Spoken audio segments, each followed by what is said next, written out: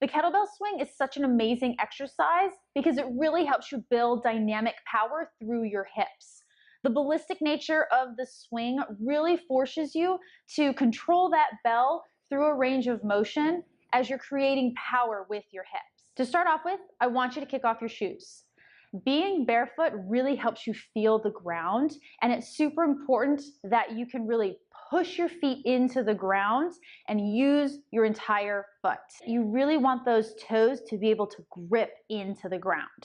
So number one is feet. Make sure that you're really pushing into the ground. That will help connect the chain all the way up. So it starts with your feet. The second key point is that you really have to get into your hips. The swing is a hinge pattern, just like our deadlift, and we have to make sure that we're really pushing back into those hips to get full range of motion. You have to get the bell behind your butt to load this movement appropriately before snapping and letting it float up.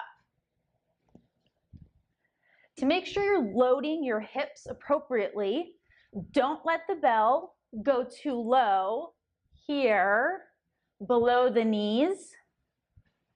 If you wait and let the bell come into your body, into your core, that will make sure that the bell stays above your knees and is loading your core appropriately. You also want to make sure that you're not swinging too high.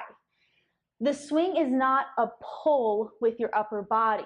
That's why it's all in your hips. You're creating your power by loading your hips here with the bell behind your butt so that as you snap and lock out, this part in here is just a float. If I'm swinging too high, it means I'm relying on my upper body to really pull that bell out of the hole. You want to be using your hips to drive and then feel this float through this range. The height of your swing, this position through here, really doesn't matter as much as the power that you're creating by hinging back and snapping and holding your lockout. So about shoulder height, maybe a little bit higher, but anywhere in this position is really fine. You don't want to be swinging too high though, because that means that you're pulling and using your upper body.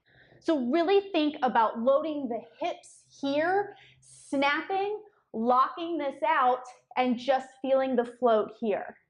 The lockout at the top of your swing is also really important.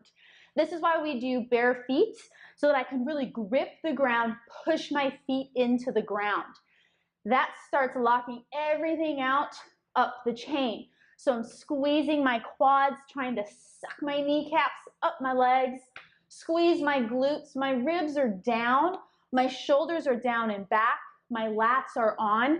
I'm in a tall standing plank so that I can control this bell as it's out in front of me. If I don't, and my shoulders become disengaged, or I turn my glutes off, then I get a little jello-y up at the top.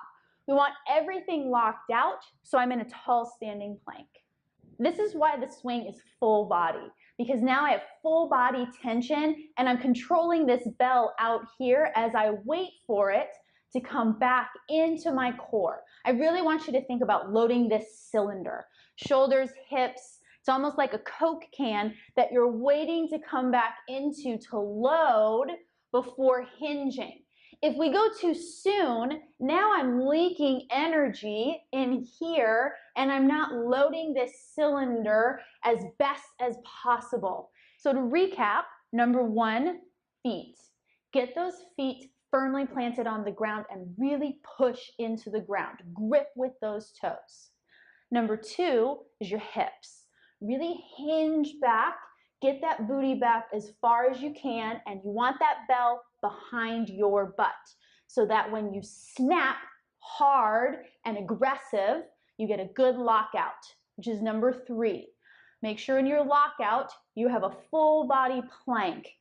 Shoulders are down and back, lats are on. I'm controlling this bell through the float, squeezing my butt. Quads are squeezed and I'm pushing into the ground with my feet. So I have a full body plank as I wait for the bell to load into my cylinder.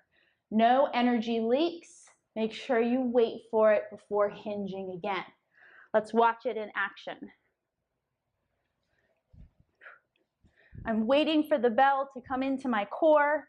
I'm pushing my feet into the ground, and the bell should be going behind my